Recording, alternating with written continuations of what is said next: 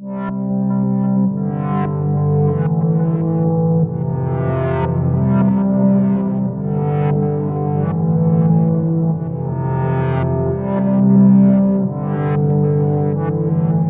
radiofréquence pulmonaire est un traitement qui consiste à détruire de petites tumeurs du poumon par brûlure grâce à une électrode introduite à travers la peau à l'aide d'une aiguille et délivrant un courant de radiofréquence.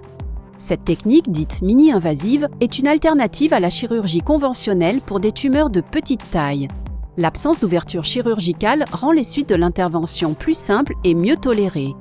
La radiofréquence pulmonaire nécessite une hospitalisation plus courte que la chirurgie. Le point d'entrée de l'aiguille de radiofréquence n'est que de 2 mm et le geste ne laisse pratiquement aucune cicatrice.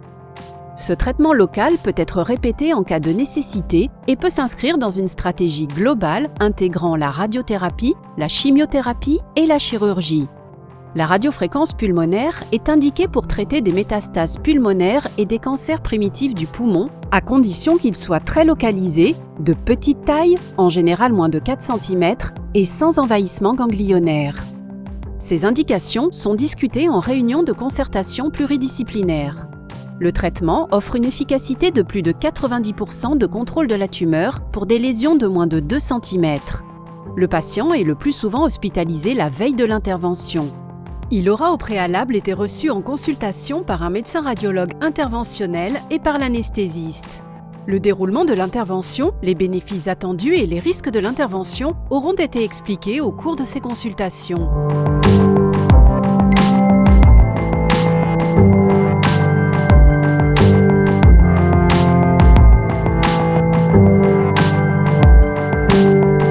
Le jour de l'intervention, le patient est accueilli à jeun au bloc opératoire de radiologie interventionnelle par les manipulateurs de radiologie et l'équipe d'anesthésistes.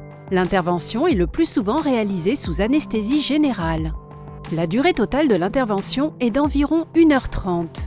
L'intervention se déroule dans un bloc opératoire très spécifique, équipé d'un scanner qui va permettre de guider le geste du médecin radiologue interventionnel.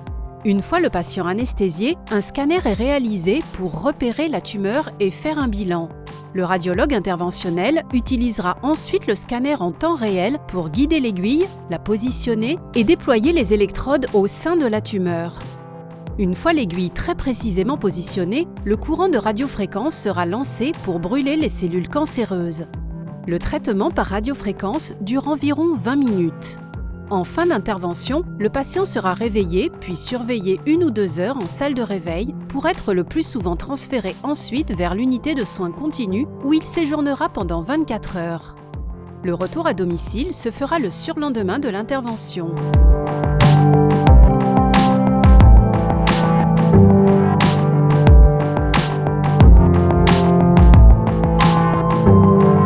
Les risques infectieux ou hémorragiques, saignements liés au passage de l'aiguille, sont extrêmement rares. Le risque de douleur est modéré, voire faible. Il peut être plus fréquent si la tumeur est située au contact de la plèvre. Ces douleurs vont le plus souvent disparaître dans les jours qui suivent l'intervention. Le risque principal de la radiofréquence pulmonaire reste le pneumothorax, caractérisé par un épanchement d'air entre le poumon et la plèvre. Cet effet secondaire, relativement fréquent mais souvent minime, nécessite la plupart du temps une simple surveillance en unité de soins continus. Dans 15% des cas, le pneumothorax se résoudra spontanément et le retour à domicile sera possible. Dans environ 10% des cas de complications, le pneumothorax nécessitera un drainage. Le drain sera le plus souvent retiré 24 heures après l'intervention et l'hospitalisation sera alors prolongée de 24 heures. Des techniques alternatives de destruction thermique des cellules cancéreuses comme la cryothérapie ou l'ablation par micro-ondes pourront être proposées.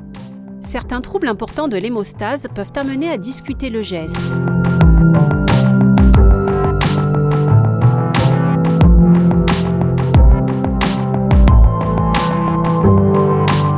Deux mois après l'intervention, un scanner sera réalisé pour évaluer le succès du traitement.